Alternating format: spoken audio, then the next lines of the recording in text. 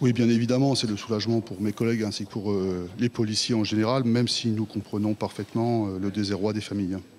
C'est-à-dire, vous le comprenez, mais la justice a priori bien fait son travail, c'est ce que vous dites.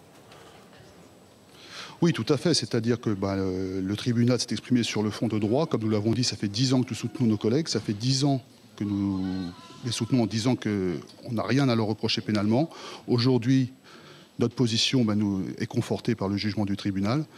Maintenant, on comprend effectivement la tristesse des familles qui, peut-être pendant 10 ans, ont cru espérer une condamnation, ont eu beaucoup de joie et de déception. Et puis aujourd'hui, c'est fini, c'est une relaxe. Et effectivement, on comprend qu'ils soient amèrement déçus. Oui, surtout que l'avocat des policiers a parlé de victoire. Est-ce que finalement, ce n'était pas un mot malvenu juste après l'énoncé de la décision ? Écoutez, ce sont ces termes. Maintenant, chacun s'exprime en fonction de sa position.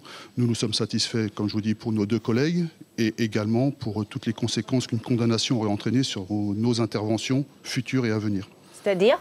Vous pensez que ça aurait été plus difficile d'intervenir en banlieue si les policiers avaient été bien évidemment, ce n'est pas une question spécifiquement de banlieue. Oui, de banlieue, ça aurait entraîné une voie de jurisprudence, c'est-à-dire que toute intervention, mes collègues auraient dû faire carrément preuve de dons extralucides ou de voyants.